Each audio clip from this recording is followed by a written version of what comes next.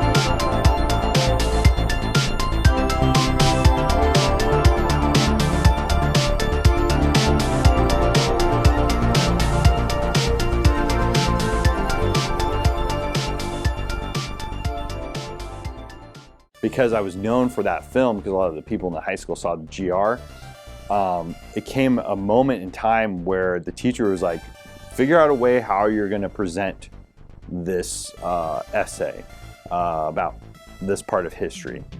And we're like, okay. And I went up to her and I was like, can I make a movie? And she's like, wow, she's never been asked that before. She's like, sure, yeah, make a film. And she goes, it just can't be too long. I'm like, okay, I'll make a short film.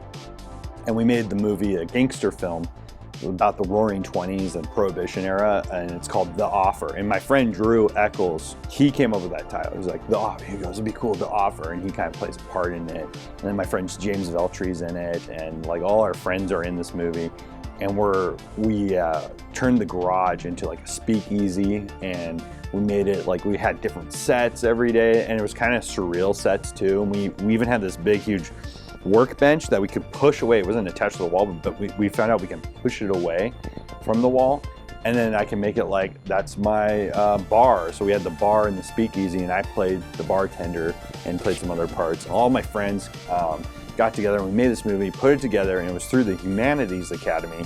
So that was the program I was with, where then when I did this project, showed her the class, all of us got good grades because she saw we were all involved.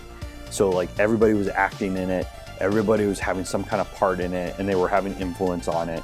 And then I just, at the end of the day, I edited the video. And then come full circle, Trevor Graciano, he's working on a film for his class project. I think it was like a Vietnam film or something like that. And he brought all his guys over, and in my bedroom, I had like a makeshift editing setup with a karaoke machine, a TV set, a VCR, and my camcorder that I had. I finally, I bought this camcorder after work. I got a job and I started working, made money, saved up, got this expensive camcorder, RCA, VHS camera, full VHS. It had a flip out screen that was in color, and I think the viewfinder for the first time, that was in color as well. So it had a color viewfinder and a color, it might have been black and white, but they had a color other pop-out viewfinder, and it had some digital pre-made effects, and you could do titles in it. You could also record back into it, add titles, and use it as an editor. So it was very sophisticated for its time in the 90s. So that was my system, and I had a CD player connected for sound effects. I had some sound machine I'd use, a small little sound machine. And I would make all the sound effects using that little setup. And we made a lot of movies with that setup. We made a film called Zombie Spoof. and it's just the name, the title is what it is. And we just made a cheesy, fun zombie spoof movie, and that was a blast. And we got as much people involved with that because they had seen the prior films. And then I remember it was, I graduated, I left, got a job as a news person, as a camera operator for NBC. And so I got this job. It was a little ad in the paper, in the local paper. It said, NBC looking for willing person to work, train on the job or something like that. It was really quick, like come work for NBC. Here's the phone number, contact information, contact us, blah, blah, blah. So I actually show up. Actually, I just went down there because my dad taught me, just show up. You know, call is good too, but show up and see where it goes. So I got my resume together, and my dad and mom were like, put this on it, put this on it. And my dad goes, put on that you make movies. I'm like, my movies? My little dinky VHS movies? Put that I make films? And he's all, yeah, put on you made films. And put about how much films you made. I'm like, okay. And I just wrote a little blurb that I make films. I made a number of films at the time. And he goes, yeah, and he said, use independent films. And then my mom was encouraging that too as well. So I put those on there, and I go to NBC, and the main guy who's hiring at the time at NBC, we're in the boardroom, and he kicks everybody out of the room. He goes, okay, thank you for all coming, but you need to stay. He points to me, you need to stay, but everybody else can leave. Thank you for your time. We'll call you if there's anything else. And they're like, okay. And there I'm sitting with just this guy. He's across the board, and he goes, hey, picks up my resume, and he goes, you're the only guy. I remember he was very nonchalant. He goes, you're the only guy in this room that has ever made movies.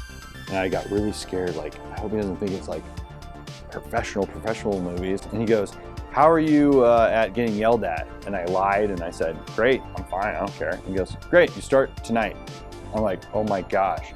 And then we'll have you show up tomorrow, and you'll most likely be on the morning show.